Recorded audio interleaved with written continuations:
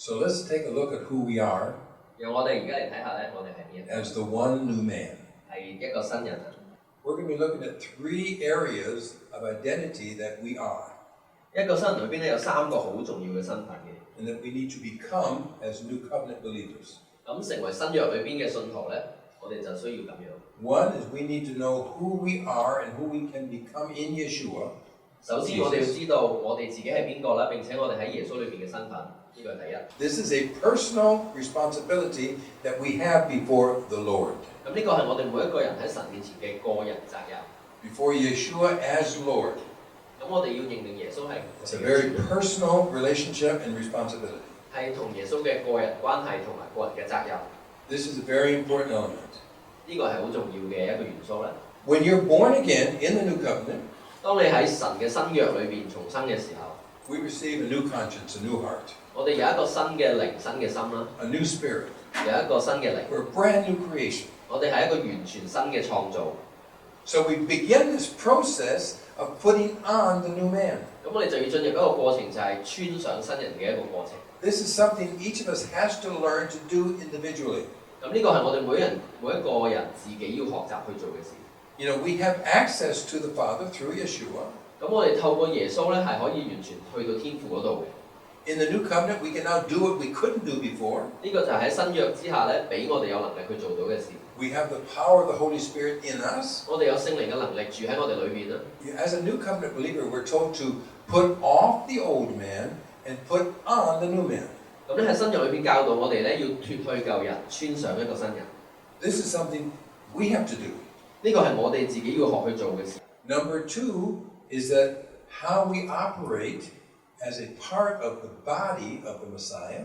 第二咧，我哋要知道我哋點樣咧係成就耶穌基督嘅身體，喺身體裏邊咧活出我哋應有嘅作用。 And like anybody, we cannot operate without the head. 咁同任何身體都係一樣嘅，你冇咗頭部咧係運作唔到嘅。 And in order for us to operate this body, we need to affirm one another. 咁作為一個身體咧，我哋需要去互相去確立身邊唔同嘅人。 If 互相 we're 合 not 作。 coordinated, we look spastic and funny, 如果我哋呢啲肢體係唔能夠去協調嘅話咧，個人就好奇怪， maybe sad. 甚至好慘。 I can see the angels in heaven 我有時見到天上嘅天使應該係咁 either 諗。 shaking their head or laughing at the body. 有時望到基督嘅身 Sometimes. 體，有時真係搖頭嘆氣，或者係好好笑覺得。 Sometimes. 有時 Because sometimes the right leg 因為 is 有 going 時 this way 右腳行嗰 and the 邊啦， left leg is 左 going that 腳 way. 就行嗰邊啦。 And we're looking like this. 咁行路就亂晒大龍咁樣，奇 And 奇 we 怪 say, 怪。 what kind of body is that? 呢個係一個乜嘢嘅身體咧？ And we're not listening to the head. 我哋就冇聽個頭嘅指 This 令。 whole body must listen to the head. 整個身體需要去符合元首 And 嘅 my 指 right 令。 hand must encourage my left hand. 咁而右手要鼓勵去幫助左手。 My legs we need to walk like this, 咁兩隻腳係要協調咁樣同行嘅， not like this. 唔係奇奇怪怪咁樣亂行。 So, as part of the new man, 咁作為一個新人， with the character of Yeshua, 有耶穌基督嘅品格啦， we'll submit to Yeshua as the head. 我哋亦都要順服喺元首呢個頭。 If we don't have the character of Yeshua, we will not submit to the headship of Yeshua. 如果我哋冇耶穌基督嘅品格咧，我哋唔能夠順服喺耶穌嘅帶領。 But if we have his character, we will affirm one another in the body under the headship of 咁 Yeshua. 但係當我哋有咗耶穌嘅品格之後咧，我哋就會喺基督嘅身體裏邊能夠互相去支持同埋鼓勵大家。 And number 3, how we can operate as a part of our nation in the commonwealth of nations under the kingship of Yeshua. 第三，我哋要明白咧，我哋喺一個國家裏邊咧，點樣去參與喺以色列國呢一個大嘅群體、大嘅身體裏邊完成我哋。 The British Commonwealth. 就好似以前提到嘅英聯邦咁樣。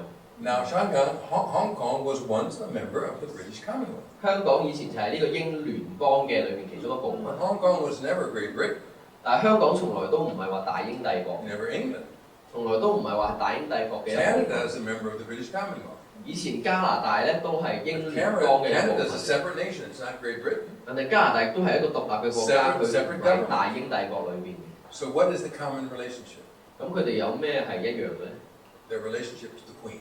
佢哋嘅共通點就係佢哋同呢個 Because 女 they 王 all 有一 have 個 that 關係。 special relationship to the Queen, they're in the British Commonwealth. 正因為佢哋係信服喺呢個女王之下咧，佢哋就成為英聯邦嘅一份子啦。 So members in the Commonwealth do not lose their national identity. 咁所以咧喺聯邦底下嘅嗰啲嘅成員咧係唔會失去佢哋嘅國度、國籍嘅身份。They have their unique national identity. 佢哋國籍嘅身份係唔改變，係獨特嘅。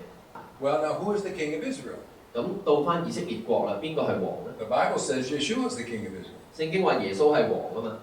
Israel is the first nation to come under the kingship of Yeshua. 其實以色列國只係第一個進入呢一個耶穌呢個王之下嘅第一個國家。So Yeshua's official title is the king of Israel.